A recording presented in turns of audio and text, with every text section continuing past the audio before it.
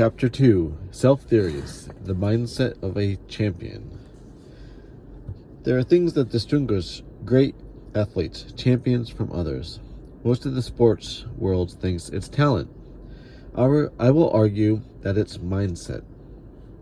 This idea is brought to life by the story of Billy Beane, told so well by Michael Lewis in the book Moneyball. When Beane was in high school, he was in fact a huge talent, what they called a natural. He was the star of the basketball team, the football team, and the baseball team, and he was all these things without much effort. People thought he was the new Babe Ruth. However, as soon as anything went wrong, Beane lost it. He didn't know how to learn from his mistakes, nor did he know how to practice in order to improve. Why? Because Beane's naturals shouldn't make mistakes or need practice. When Beane moved up to baseball's major leagues, things got progressively worse. Every at-bat was a do-or-die situation, and with every out, he fell apart yet again. If you're a natural, you shouldn't have deficiencies, so you can't face them and coach or practice them away. Beane's contempt for learning and his inability to function in the face of setbacks, where did these come from? With avid practice and the right coaching, he could have been one of the greats. Why didn't he seek it? I will show you how his behavior comes right out of his self-theory.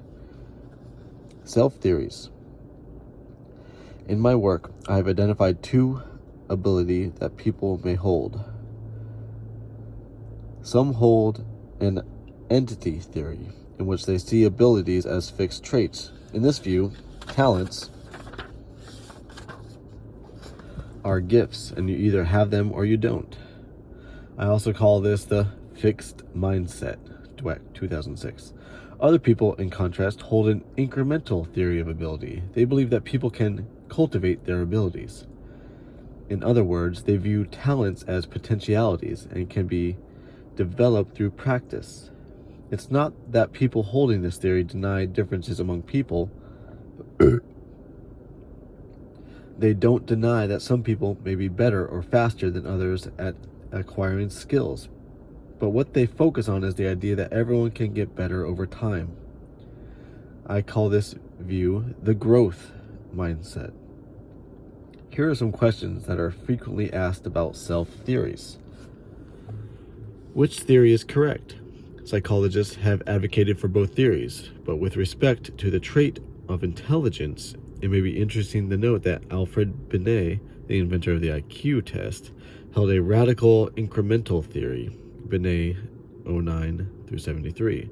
Without denying individual differences, he believed that most basic ability to think and learn could be transformed through education. It is also true, in line with this, that modern neuroscience is revealing a great plasticity of the human brain throughout life. See, for example, Cass 01. Which theory is most popular? When we examine people's theories about intelligence or personality, we find that both theories are just as equally popular.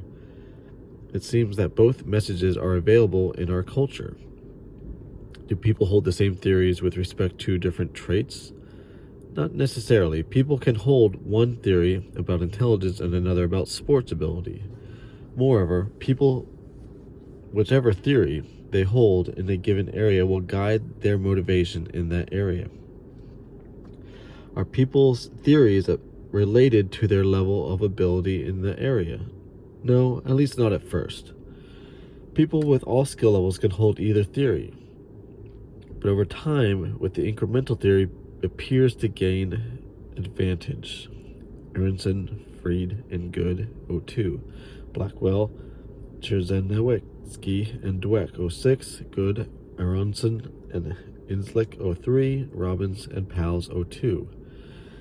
Are self-theories fixed or can they be changed? Self-theories are fairly stable beliefs, but they are beliefs, and beliefs can be changed. Later on, I will discuss interventions that alter self-theories and had real effects on motivation and performance.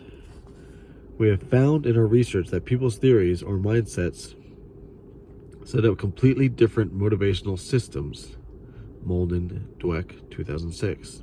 The fixed theory, in which you have only a certain amount of value, talent, or ability, leads people to put a premium on performance goals. A performance goal is the goal of proving that you have an admirable amount of that talent or ability. Not surprisingly, when people are focused on performance goals, they try to highlight their proficiencies and hide their deficiencies. Rode DeWalt, 94. In fact, we found they will often reject valuable learning opportunities if these opportunities hold the risk of unmasking their shortcomings. Dweck and Leggett, 88. Hong, Chu, Dweck, Lin, and Wan, 99. And Mueller and Dweck, 98. Doesn't everyone have shortcomings? Isn't that what we're learning is for? To overcome them? Of course. However, the fixed mindset does not give people the ice way to express and remedy their weaknesses, because any weakness can indicate a permanent lack of ability. In contrast, the incremental theory, in which ability can be developed, leads people to want to do just that. It leads them to put a premium on learning goals.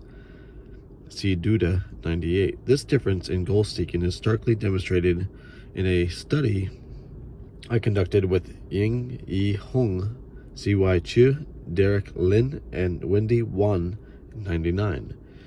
We recruited entering students at the University of Hong Kong, an elite university where everything, classes, textbooks, teams, papers, exams, is in English. However, not all incoming students are proficient in English. We assumed they would be eager to improve their skills and asked how many of them would like to take remedial English class if it were offered. Students with an incremental theory of intelligence were eager for this course. It could help them master the very skills they needed. However, students with an entity theory were not enthusiastic because they did not want to expose their deficiencies. They were not willing to put their college career in jeopardy. In another study, Mueller and Dweck, 98, we've seen students in a fixed mindset lie about their deficiencies. Students' performed some very challenging sets of problems and then were asked to write about their experiences to students in another school, students they would never meet. There was a place on a sheet where they were asked to report their scores. Almost 40% of the students in a fixed mindset, perhaps feeling that their poor scores were a reflection of their permanent ability, lied about their scores. Only 10% of those in the growth mindset saw fit to falsify their performance. Like Billy Bean, those in the fixed mindset didn't think they should make mistakes.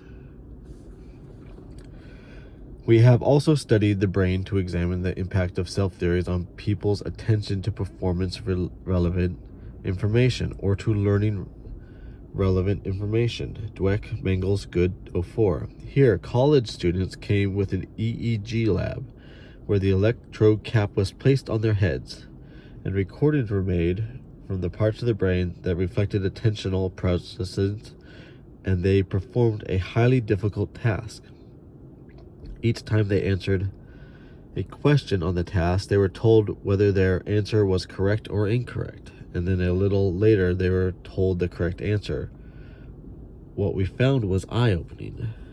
Students who held an incremental theory of intelligence paid close attention to the performance-relevant feedback and the learning-relevant feedback, because both are actually important for future learning. In contrast, the student held an entity theory of intelligence paid attention only to the performance-relevant information. Once they knew whether their answer was right or wrong, they had little further interest in learning the right answer. Thus, their interest in performance took strong precedence over their interest in learning.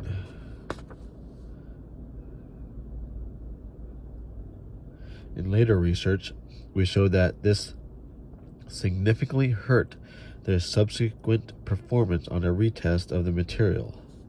Mengels, Butterford, Lamb, Good, and Dweck, 06. By the way, it's clear that both performance and learning goals are important in a sports setting. It's equally important to validate ability through high-quality performance, as it is to cultivate skill over time. The problem with an entity theory is twofold. First, any lapse in performance is a threat to people's sense of their underlying ability, and hence their sense of their future. Secondly, great concern with the ability tends to drive out learning goals, often when they are most needed.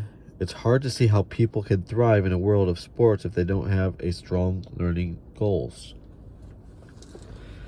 As we have seen, people in the fixed mindset feel measured by setbacks and mistakes. They also feel measured by the very fact of exerting effort.